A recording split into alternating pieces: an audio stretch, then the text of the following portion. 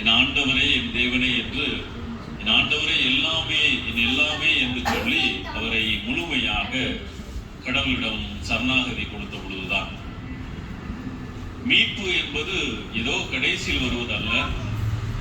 நம்முடைய வாழ்வில் ஒவ்வொரு நிலையிலும் என் ஆண்டவரே என்னுடைய எல்லாமே என்று சொல்லி நாம் கடவுள் மீது ஆழமான நம்பிக்கையோடு, இந்த கடவுள் மட்டுமே என் வாழ்விலே எல்லாவற்றையும் செய்து முடிப்பார் என்று சொல்லுகிற பொழுதுதான் அது மீட்பாக மாறுகிறது. இயேசு நமக்கு மீட்பராக மாறுகிறார்.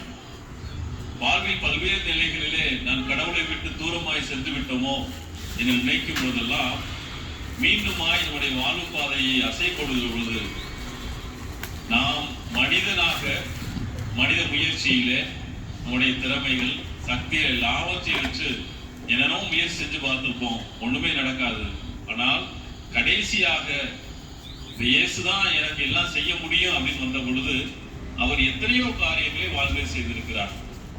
ஒவ்வொரு முறையும் மனது தயங்குகிற பொழுது, நான் சிவகங்கையில் இருக்கிற பொழுது கொஞ்சம் ஏதோ ஒரு நம்பிக்கையிலே தளர்கிறோமோ என்று நினைக்கிற பொழுது இடைக்காட்டூர் திருத்தலத்திற்கு போகிற பொழுது எத்தனையோ நபர்கள், பல்வேறுபட்ட நபர்கள் மதத்தை தாண்டி தங்களுடைய சமூக பொருளாதார ஏற்றதாழ்வுகளை தாண்டி எத்தனையோ பல வகையான மக்கள் கூடியிருப்பார்கள்.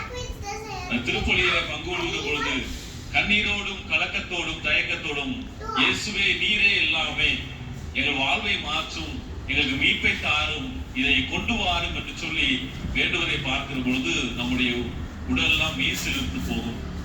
அப்பொழுது மீண்டுமாக திரும்பி வருகிற பொழுது எத்தனை ஆயிரம் மக்களுக்கு இத்தகைய சூழ்நிலையிலும் இந்த கடவுள் வழி நடத்துகிறார் என்றால் நம்மையும் வழி நடத்துவார் என்று அந்த ஒரு உணர்வு வருகிறதே, அதுவே மீட்பு என்று நான் பார்ப்பேன். வீட்டிற்கு செல்கிற பொழுது சென்ற இடம் அதே கடல், அதுவும் பழக்கப்பட்ட இடத்திலே நான் தொழில் பார்த்து கொண்டிருந்தாலும் கூட இந்த இடத்துக்கு போனா இந்த காத்துல இந்த நேரத்துல இவ்வளவு மீன் வரும் அப்படின்னு சொல்லி என்னுடைய சகோதரர்களுக்கு தெரிந்திருந்தாலும் கூட காலையிலே அதிகாலையிலே எழுந்து முழங்கால் படியிட்டு ஆண்டவரை இந்த நாளை ஒப்பு கொடுக்கிறேன், நீரே எனக்கு மீட்பாக வாரும், என் வாழ்வை மாற்றும் என்று சொல்லி கண்ணீரோடு வேண்டிவிட்டு செல்வார்கள். சில நேரங்களிலே நான் அவர்களோடு கடலுக்கு சென்ற போது கூட அதைத்தான் உணர்வேன். அப்போ அந்த பாடுல மடியில மீன் இருந்துச்சு இல்ல அப்படிலாம் அவங்களுடைய பிரச்சனை கிடையாது. கடவுளே இந்த நாளை நீர் ஆசீர்வதிக்க போகிறேன், நல்லா இருந்தாலும் கடவுளை போற்றி ஜெபமாலை செய்து கொண்டே இருப்பார்கள்.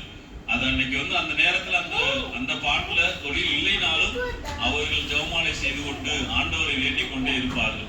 கடைசியில வருகிற போது கூட அன்றைய நாளிலே அவர் நினைத்தவாறு நடக்கவில்லை என்றால் கூட கடவுளை போற்றி விட்டு செல்வார். ஏனென்றால் காலமும் நேரமும் அவருடையது, எந்த நேரத்திலும் இந்த கடவுள் எனக்கு வாழ்வளிப்பார் என்ற நம்பிக்கை.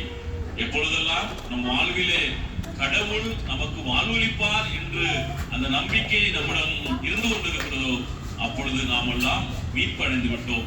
அதே ஒரு நம்பிக்கையோடு கடவுள் நமக்கு மீட்பாக இருக்கிறார் என்ற நம்பிக்கையோடு வாழ்வின் நாயகனே என்று சொல்லி அவரை வாழ்த்தி இந்த பாடல் மூலம் நாம் போற்றுவோம்.